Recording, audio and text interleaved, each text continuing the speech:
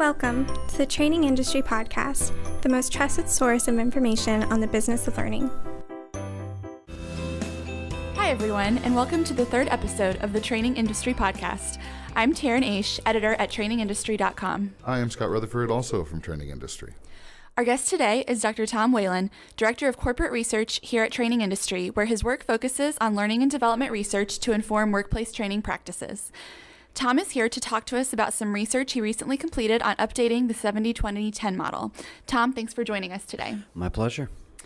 So to start off, what is the 70-20-10 model? So originally the 70-20-10 model is something that was created based on data that was collected in the late 80s by a group of researchers led by Morgan McCall at the Center for Creative Leadership in Greensboro, North Carolina. So what they had done, they had conducted a study where they asked 191 successful executives to reflect on key events in their career and to talk about things that made a difference in the way that they manage now.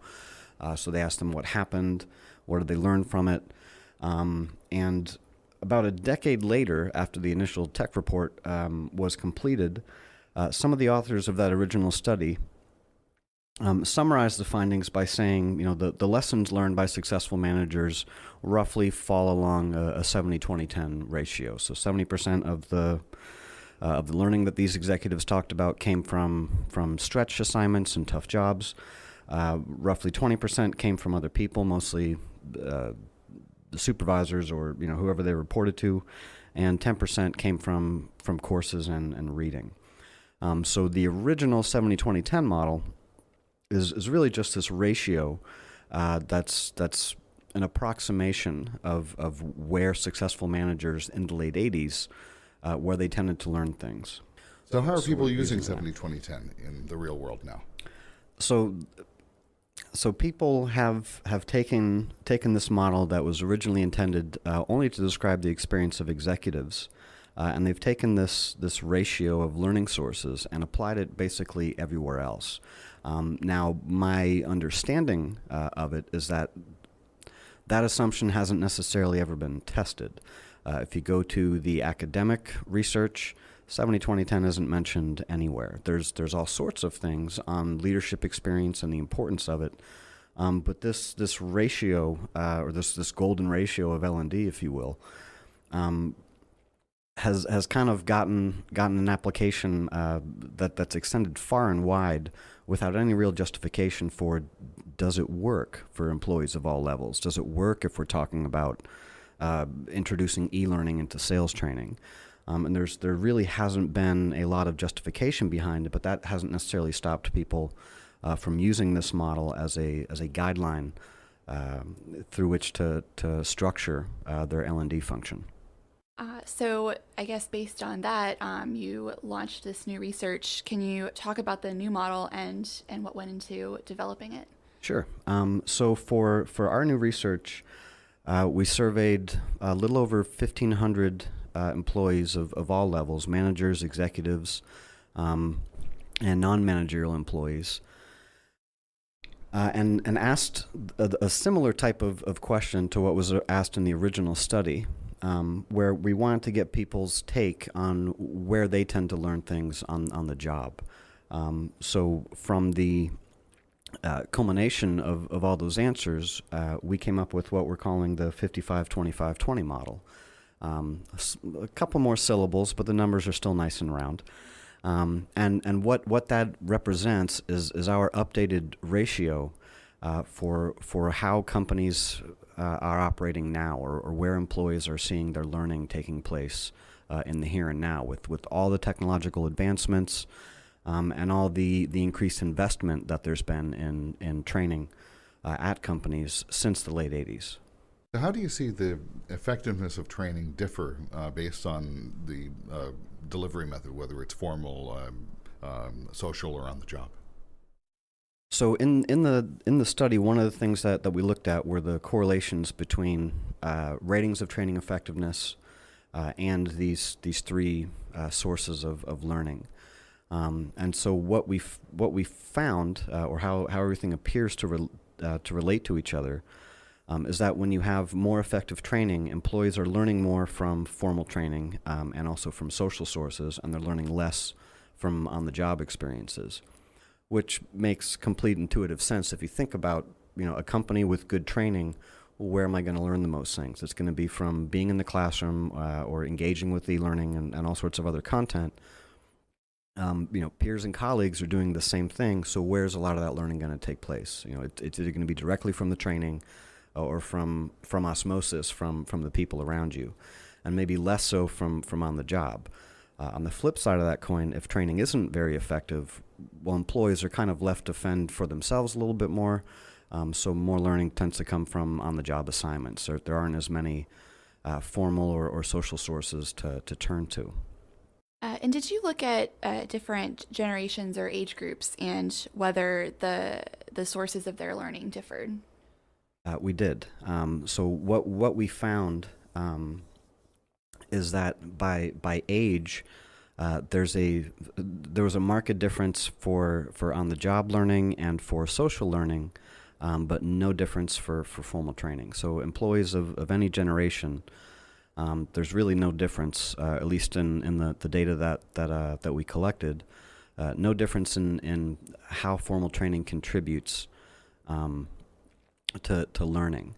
Now, what was interesting is that we found the older that somebody is, they're slightly less likely to learn from social sources and slightly more likely to learn from on-the-job sources. And it's worth noting, too, that when we looked at age in this report or in this research, we didn't divvy people up into small categories. We looked at age kind of continuously. The logic behind that being, for something like the boundary between Generation X and millennial employees, if you call that cutoff the birth year of, I don't know, depending on who you ask, it could be 1980, could be 1982. And so when you divvy people up into categories, you're sort of setting these artificial boundaries, and can you make the argument that somebody born in 1979 has a worlds apart different experience of growing up and being at work and their life experiences than somebody born in 1983? I mean, it's a difference of 4 years. Big difference when you're young, not all that much of a difference when you get older. So to avoid the logical problems, I guess, with saying that these two people born just a few years apart are just as different as a different set of people born 15 years apart that may also fall into those categories. To avoid all that, we just looked at age as a continuous variable, which is a really boring way to say we didn't dice people up into groups. So one way to look at this, arguably, would be to say that because formal learning makes up such a small percent of the model that it's not important, but that somehow goes against what we all know is true in corporate learning, that formal training is the foundation or the core of what we're doing. So how do you reconcile those two ideas? So what's most striking to me is that in the original research done by Center for Creative Leadership, even though formal training kind of got the least amount of praise, it was identified as much more of a crucible experience for a lot of leaders. That they then took whatever they learned in that training experience, and that was what gave them the foundation to excel in the job. That's what gave them the skill set or the knowledge and tactics that they needed to handle the tough assignments that, according to that ratio, made up 70% of their learning. So our position on the importance of formal training, I mean, in our model, it's more important than suggested by the original 10% of the model. But what we tended to find is that there's a lot of variance around each of these numbers. So it's unfair to say that 10% is kind of a number. It doesn't, it's not going to change. Employees are only going to learn from 10% of the training.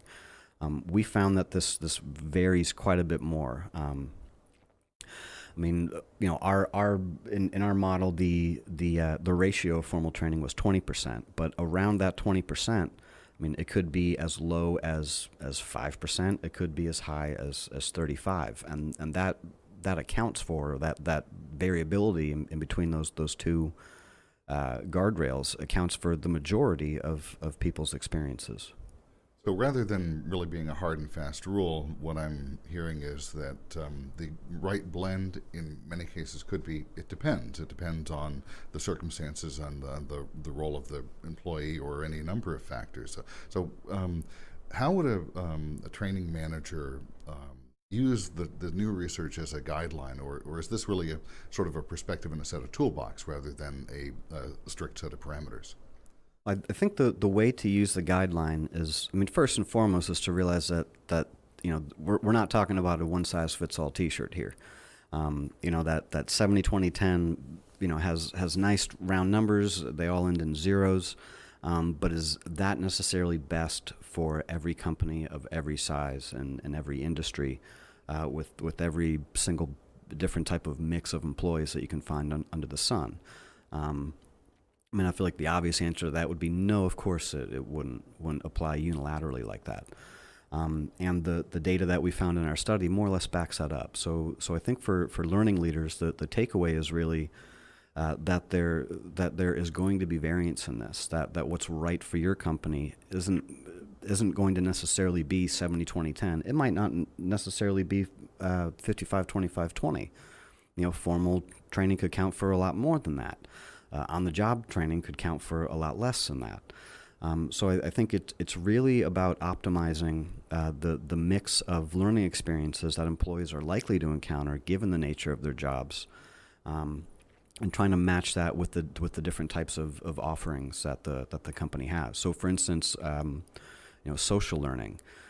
Well, if you're a remote employee, and the team you work with is all distributed across the country, social learning is going to be a little bit harder than if you're an employee that goes to an office of 200 people, and so all the resources that you could potentially need are all right around you. And so getting an answer to something is as simple as getting up and walking down the hall.